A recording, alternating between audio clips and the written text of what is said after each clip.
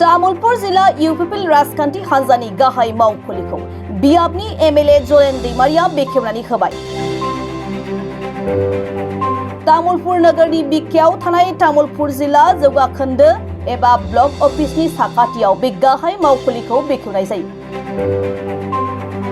तामुलपुर जिला इउपिपिएलनि गाहाय मावखुलिखौ बेखेवनानै एमएलए जयेन दैमारिया बुंथियोदि तामुलपुर जिला इउपिपिएल हान्जानि मावखुलिया राजखान्थि हान्जानिल' मावखुलि नङा। बेवहाय गुबुन गुबुन हारि माहारिनि जौगाथायनि खामानि मावनाय, हारि फोसाबनाय, समाज फोसाबनाय, जौगाथायनि खामानि मावनाय बायदिफोरा सोलिगोन। बेवहाय जानाय आरो हर थानायनिबो सुबिदा दं। गोजाननि सुबुंफ्रा तामुलपुराव फैनानै माबाफोर उसुबिदा जायोब्ला बेवहाय थाफैनो हागोन होननाबो बुंथियो। इउपिपिएल राजखान्थि हान्जाया जेसेबां सम थागोन एसेबां सम हारि माहारिनि थाखाय खामानि मावगोन आरो सुबुं समाजखौ फोसाबगोन आरो जौगाहोगोन होनना बुंथियो। बेजों लोगोसेयैनो एमएलए जयेन दैमारिया बुंथियोदि फैबाय थानाय बिटिसि बिसायख'थिनि थाखाय इउपिपिएल हान्जाया फारफ्रोमबो बिथिङावनो साखाफारा। तामुलपुर जिल्लायाव थानाय मोनफ्रोमबो बिटिसि बियाबावनो इउपिपिएल हान्जानिफ्राय देरहाहोगोननि थासारिया फैबाय। बेवहाय जेबो साननांगौ गैया। तामुलपुर ओनसोलनि जौगाथायनि थाखाय मेडिकेल कलेज, तामुलपुरनि कलेज, ट्राइबेल रेस्ट हाउस, कलेजनि हस्टेल, 7 कौटि राङै गंबा हायार सेकेन्डारि फरायसालिफोराव बिल्डिं लुनाय बायदिजों लोगोसेयैनो लामा दालां, फरायसालि, लाइब्रेरि बायदिजों लोगोसेयैनो सुबुं माहारि आरो आबादारिफोरनि थाखाय गोख्रों खामानिखौ इउपिपिएल हान्जाया खामानि मावगासिनो दं होनना बुंथियो। बिटिआर हालामाव गोजोन आरो सान्थिखौ आथिखालनि बिटिआरनि गाहाय खुंगिरि प्रमद बर' बिथांनि दैदेननायावसो जादों। प्रमद बर' बिथांनि 100% गोब्राब नाजानाय आरो बर' रायजो राजाफोरनि मदद होनायावसो बिटिआरआव गोजोन आरो जौगाथाय फैदों। बेवहाय गुबुन राजखान्थि हान्जाया मेल मिटिं खालामफैनानै गोजोन आरो जौगाथायनि थासारिखौ गावसोर लाबोदों होननाया गनायथाव नङा। बिजेपि दोलोनि मेल मिटिं खालामनाया इउपिपिएल दोलोखौ जेबो गोहोम खोख्लैया होननाबो बुंथियो एमएलए जयेन दैमारिया। तामुलपुर जिल्ला इउपिपिएलनि थाखाय मोनसे गोजोनथाव खौरां। जोङो तामुलपुर जिल्ला इउपिपिएलनि गाहाय मावखुलि दिनैहाय जों बेखेवबाय।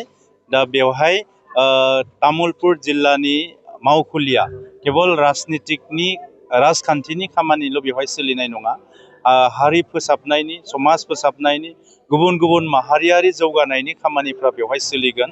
लोगोसेनो नैबे मावखुलियाव गोबां जेंना जेंसिफोरखौ बेनि सावरायलायनायनि गेजेरजों सुस्रांनायनि मोनसे हाबाफारि सोलिगोन। लोगोसेनो जों मिजिंथिदों तामुलपुर जिल्ला इउपिपिएलनि जि मावखुलि, बे मावखुलिनि गेजेरजों जोङो तामुलपुर जिल्ला जौगालु खामानिजों लोगोसे गुबुन गुबुन हारि माहारिनि जेंना जेंसि, इयुथ्सफोरनि, लाइमोनफोरनि, आइजोफोरनि, आबादारिफोरनि जेसेबां जेंनाफोर दङ, बै जेंनाफोरखौ बेजों सावरायलायनायनि गेजेरजों जोङो सुस्रांनायनि थाखाय दिनै राहा लानो थाखाय मोनसे खाबु मोनगोन। आरो लोगोसेनो मोनसे खोथाखौ फोरमायनो लुबैदों जे तामुलपुर जिल्लानि इउपिपिएलनि जि मावखुलि, जों बेवहाय थानायनिबो बेबस्था दङ। दा गुबुन गुबुन जायगानिफ्राय माब्लाबाफोर जुदि सोरबाफोर सुबुंफ्रा खैफोदाव गोग्लैयोब्ला जोङो जोंनि मावखुलियाव थानो हागोन। जानायनि बेबस्था दङ। दा बेखायनो आं रायजो राजाफोरनिसिम बेखौबो फोरमायहरदों। आरो इउपिपिएलआ सुबुंनि थाखाय आरो सुबुंनि गोजोननि आरो सुबुंनि रैखाथिनि दिनै जों खामानि मावगासिनो दङ। दा बेखायनो इउपिपिएल जेसेबांसिम जों दङ, इउपिपिएलआ जेसेबांसिम थागोन अब्लासिम जोङो सुबुंनि रैखाथि, गोजोन आरो जौगाथायनि थाखाय खामानि मावगोन। आरो बे थांखिजोंनो जों दिनै आवगायगासिनो दङ।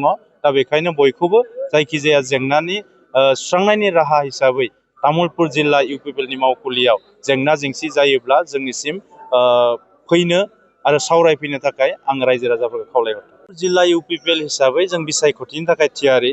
बिसायख'थिया जुदि गाबोन समफोर जायोब्लाबो जों तामुलपुर जिल्ला हिसाबै जेसेबां जोंनि एमसिएलए गोलैयो, बे एमसिएलएफोरखौ जों देरहाजोबनो हानाय अबस्थायाव जोंहा फैबाय। दा बेवहाय जोंहा साननांगौ बाथ्रा गैया।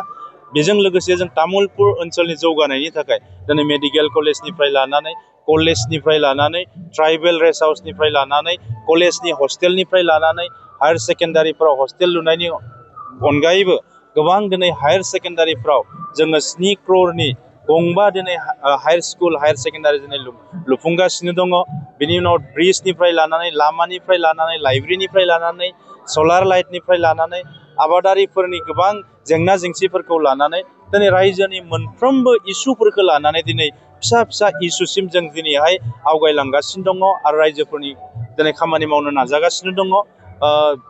नाथाय बोसोरब्रै बोसोरबायाव गासैबो इसुफोरखौ खेबसेयावनो सुस्रांजोबनाया गोरलै नङा। थेवब्लाबो जों जेसेबां हागौ एसेबां जोंनि जेंनाफोरखौ सुस्रांनानै रायजोफोरखौ गोरलैयै थांना थानो हानायनि राहा खालामनो नाजागासिनो। सोरबा हारसिं मानसिया माब्लाबाबो दिनै सान्थि लाबोनाया जाफुंजोबनो हाया। बेवहाय सान्थि लाबोनायनि बेलायाव जोंनि बिटिआरनि बर' रायजो राजाफोरनि बेवहाय गोहोम दङ। बर' रायजो राजाफोरनि बेवहाय अनसायनाय दङ। बर' रायजो राजाफोरनि बेवहाय त्याग दङ। बर' रायजो राजाफोरनि बेवहाय नागारनाय दङ। बेजों लोगोसे गुबुन गुबुन माहारिनि हेफाजाब दङ आरो लोगोसे जोंनि प्रमद बर' बिथांनि दिनै बेवहाय 100% बेवहाय नाजानाय आरो खस्थ'नि फिथाइ दिनैनि गोजोन थासारिया। दा बेखायनो बेवहाय बर'जों लोगोसे गुबुन गुबुन हारिनि हेफाजाबफोर दिनै बर' माहारिया गोबां सुबुंफोर दिनै मुंख्लं जादों आरो बेनि गेजेरजों दिनै मोनसे हास्थायनानै गोजोन थासारि फैदों आरो बेवहाय जोंनि गुबुन गुबुन हारिनि हेफाजाब बेजों दिनै बेवहाय गोजोन थासारि फैदों। सोरबा पार्टिकुलारलि सोरबा दाबि खालामनो हागौ बेयो गिदिर बाथ्रा नङा। सोरबाया आं ओरैबायदि बुंनो हागौ दाबि खालामनो हागौ गिदिर बाथ्रा नङा। खिन्थु प्रमद बर' बिथांनि दैदेननायाव दिनै बेवहाय गोजोन फैबाय। मानोना थांनाय गोलाव समाव गुबुन गुबुन राजखान्थि दैदेनगिरिफ्रा गुबुन गुबुन हान्जायाव दङमोन आरो हान्जायाव थायोब्लाबो बै समाव जोंनिया मा होनदों माखासे माने बेवहाय गोजोन थासारिया बै समाव फैयाखैमोन। नाथाय इउपिपिएल सरकार फैनायनि उनाव दिनै जों नुयो बिटिआर ओनसोलाव मोनसेबो गाज्रि थासारि जायाखै आरो बेखौ जोङो सानफ्रोमबो नोजोर होदों। इन फिउचार कुनु जाहाथे बिटिआरआव अखान्थि फैया बेखौ नोजोर होनानै खामानि मावबाय थानाय जादों आरो 100% बिटिआरआव जों अरायबो सान्थि आरो गोजोन लाखिदों। फैबाय थानाय बिसायख'थियाव जेबो गोहोम खोलैया। इउपिपिएलआ इउपिपिएलआनो। दा बेखायनो बेवहाय गुबुननिफ्राय जेसेबां फैयोब्लाबो बेवहाय गोहोम गोग्लैया।